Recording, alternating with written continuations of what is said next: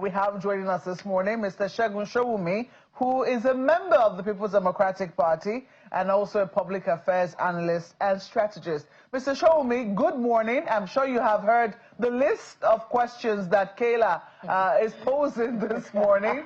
So you better hold on to your seat because she certainly will be firing them as salvos. But what do you make? Because here we are now. We saw that advert yesterday placed by the Samuel Ayenwo faction, and then this morning we woke up to the outcome of the meeting that the governors held, saying no going back, this convention is sacrosanct. What is your reading of all of this? Well, when any organization enjoys perpetual recidivist ideas, what does that mean? When the law says do this, they will make up their mind that they will do that. When they go to courts to go and ask the law to help them interpret what they could have done by themselves, and the court gives a judgment, they will make up their mind that they are equivalent to a court of appeal and they will not obey. You know, it's a difficult situation for the entire country, and I'll tell you why. If the law were to strictly apply itself and say that there is a res judicata, which means that this case is already decided by Omotosho and Lifu, it will mean that they have to be prevented from gathering. If they were to be prevented from gathering, they will start screaming blue murder. The federal government is at their neck. Bola Tinubu is the one that is affecting them and what have you. So the best way to approach it is to say, let us scale it back and say, how did we get here? 1,000 members of an NWC cannot be equivalent to a court of appeal. Mark, where you recall that before the judgment of Omotosho, we had an intervention where you asked me some question of what I thought that judgment would look like. And you would have noticed that there was a lot of pain in my voice that day because I said I do not think they could get, the PDP, that we could get any judgment in that case other than the one that the judge will give. And I am not a judge. I've not written his judgment for him. His judgment was lucid and it was exactly as I envisaged it to be. People must understand the business of the court is to look at the facts presented before them and to interpret same within the, the laws, the constitution, the electoral act, and what have you. Sometimes a garrulous person that you don't like may bring a case to court. If he follows his case through diligently and he understands what he's saying and the court listens to him, he may win.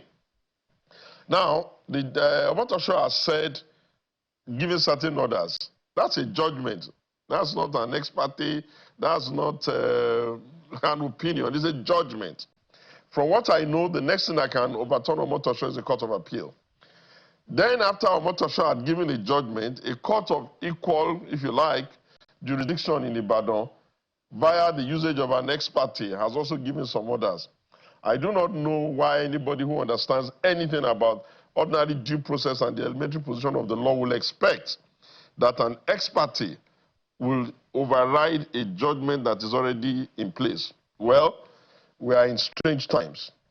I get the need for the leaders of the party, Seyi Makinde and co, and I applaud their courage to rescue the People's Democratic Party and get it back to saving itself. I get what they are trying to do.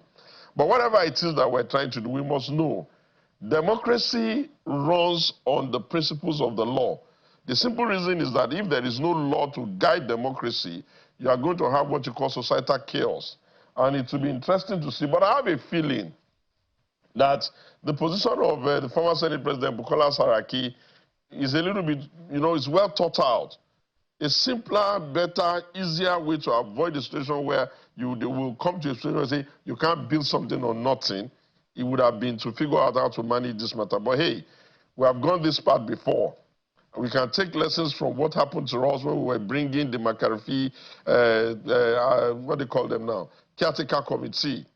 And luckily, I'm from Ugu. We were the ones that were dragging the party to court at that time under the authority, or well, if you like, the energy of the late Senate Buruji Kashamo. We stopped convention twice in Port Harcourt because the law allows that. If the law says don't do something, you're better off just to obey the law and not do it. Bravado, we will do it. We are going to go on with it. Doesn't matter. We'll just enjoy everybody. And if we're not very careful, by the time the final judgment comes, because I suspect that we're going to drag ourselves all the way to the Supreme Court. But I do not know of any Supreme Court that would say that people have the right not to obey the judgment of court that is already in place. Hey, it's interesting. Democracy, this is part of the reason why we do politics. The energy is very much, the excitement is high. Just a moment. You know, I take it then, from what you have just said, that you're not going for this convention, are you? I may go, I might go and observe, I may delegate, I may participate, but my going there has nothing to do with whether my singular presence or absence will validate the position of the law. I'm speaking to you based on, I've read the judgment of Omotosho. It's 95 pages. I read it within an hour or two the next day in the morning, painstakingly looking through it. I've had conversations with judges who will be able to even give me education on some of the things I may not understand on it. I think it's a lucid judgment. We may not like it, but it's a judgment. And I think that the elements of that judgment are not corrupt. First and foremost, what does our Constitution say about who our legal advisor is and what are his roles? The court ruled in that direction. Second of all, what the Constitution say about somebody that a court had already expelled? First in time principle. If one court does something, unless you go to court of appeal, that judgment stands. It says if a man that has been removed or considered to be expelled from the party participates in the process, he nullifies it. The judge said that. Then the judge said, did we legitimately give notice to INEC? The judge, in his opinion, taking INEC's lawyer into consideration, their own position too, the judge said we didn't do that.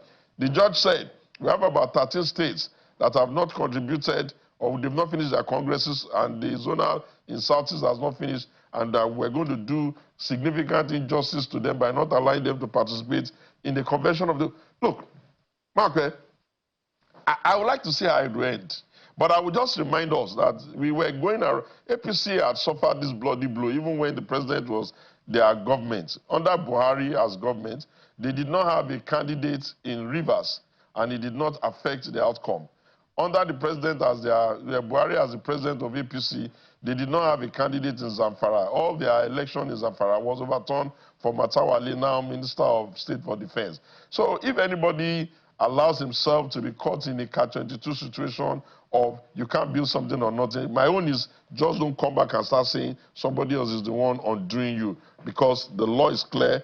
You understand it. If you don't agree with the judge, you go to the Court of Appeal. If you don't agree with the Court of Appeal, you go to the Supreme Court. If you don't agree with the Supreme Court, you find something else to do to console yourself. That's the procedure. I mean, Otumba, I want to talk about your views on this convention. Just right quickly, do you believe that this convention should hold this Saturday? You know, I believe that a convention should hold at some point in time. But I believe that we must cure the legal obstacle before we can have a legitimate convention. Well, the greatest joy of my heart would have been for us to gather at that convention and get our new executive and be done with the last order of Yosha Ayu-led working committee. That would have been my joy. But if it is injured by the pronouncement of judges, are you going to pretend that Omotosho is Milord Omotosho, justice did not rule? Are we going to prevent that Lifu did not give some orders? So are you going to say now that because we were doing forum shopping, haven't gotten a judgment in Abuja, we made up our mind that we'll go to forum shopping in Ibadan? And then that forum shopping we're doing it by a weaker leg, which is an ex parte. I don't know how you're going to tell me that an ex parte is on the same strength as a full judgment. But hey, you know, the law is dynamic, and the law sometimes looks for the truth. So maybe they will sidestep procedural, you know, administrative, constitutional issues so that they can serve the whips and caprices of the people who want to be that way. I don't know. I have no desire for us not to make progress. But you see, when you tell a political party like... of the party, yes. Some stalwarts of the party are saying that this whole thing, this event, this convention that is holding on Saturday, will be an exercise in futility. It's going to be knocked on every side by those who have said that the convention shouldn't hold until what you just mentioned now, the legal issues and some kind of reconciliation happens in the party. Do you agree that this could be an exercise in futility? It's worse. An exercise in futility is mild. You know, if it's an exercise in futility, it will not have knock-on consequence. This is not going to be an exercise in futility, strictly speaking. What they are likely going to find is that we're going to find a situation where we're making our situation worse. Because by Saturday, if they go ahead and do it, they will claim that an executive is in place. Then that executive will want to start filing, you know, others. They have a sure election to worry about, and some of the other, they have a kit to worry about. Then we'll have a situation where we will not be having a situation where they say we can't build something on nothing. By virtue of that, we have become injured. And then if we run all the way to the Supreme Court, it may take us some time to get to the Court of Appeal, take us some time to get to who is going to go and risk his ambition or his elective possibilities? Are we now surprised that governors of the PDP are decamping and leaving the party? Because you're just risking that they will get to the end of the line and somebody will say that they were not validly nominated by virtue. And let me be clear, very clear, by the interpretation of the 2022 Electoral Act, and the INEC Constitution and INEC Electoral Act, that's the one that guides INEC. It has already said clearly that political parties are organized for purposes of presenting candidates from their national headquarters, being the lead, and exercising that power through a combined authority of the chairman and the secretary. When this whole thing started, I ran to them before it got to court. Please, gentlemen, be wrong together, but don't split. Be right together, but don't split. Now they have split themselves into two. You have a point of action that is being led by the secretary. You have another one that is being led by now the Damago, whom they claim is suspended chairman. I can guarantee you we're in trouble. We are in real trouble. All right, we'll get back to you shortly, Otumba, but I hear that Bukola is back with us. I think she has a guest with her at the venue right there in Ibadan. Bukola, can you hear us?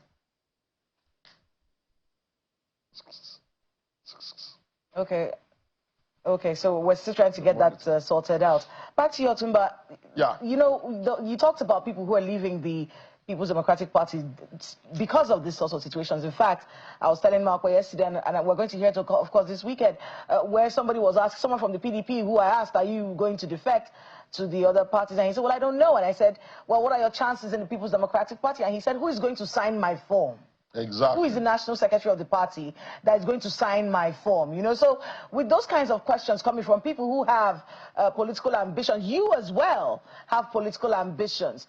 What does this situation in the PDP portend for people like that in your party? You know, because a political party is a free joining organization, but organized and managed by a self-imposed constitution within the bigger concern of the country and in tandem with the Electoral Act, the best thing should always be get yourself back to the table, de-escalate whatever it is that you say you are doing, climb down from your high horse, look at the reality of paddling your canoe together so that you can self-save. As it is today, even if the PDP were to hurry to get itself back together, it's still a very uphill task to be able to get us ready for a significant chance or pathway for success in the next election. We're mostly now being underdone by ADC, even though when they started, we kind of like said, oh, who are they, who are they? But we warned. I warned. I said the second heart attack for PDP is what Atiku Abubakar is capable of doing, and that no matter how angry you are with him, if you underrate him, you are going to pay for it. Now, if you look at the ADC, you look at the PDP, where you see that really those are our members going. The same way we warned at that time. You have an Igbo debt. You have to pay it. If we don't pay it, Peter Obi, with a couple of weeks to election, carried himself all over the place and took about 6 million away from our vote. So PDP is really working to make itself unelectable. It will soon become a platform, or it will soon become a platform of burden for people that want to contest. For instance, look at us in Ogun. We are good in Ogun in terms of our party management and our structure and the accommodation of ourselves. Yes. And more than likely, if the PDP national stops getting in our way, we can give a good showing at the next election. But hey, When now we cannot even know who's going to sign our form. We cannot even be sure whether we'll have a valid executive, and everybody's trying to show that they can be stubborn. I don't know how stubbornness is going to work in front of the law. Really, I don't. All right, well, we'll see how all of that unfolds.